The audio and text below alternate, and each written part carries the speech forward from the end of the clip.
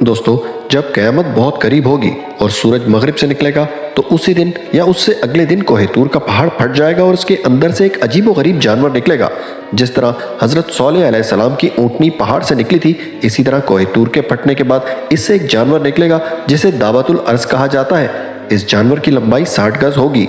हज़रत अली रज़ी अल्लाह अन्हु का फरमान है कि इसके बाल होंगे, इसकी दाढ़ी होगी मगर दुम ना होगी। ये घोड़े की रफ्तार से पहाड़ से निकलेगा।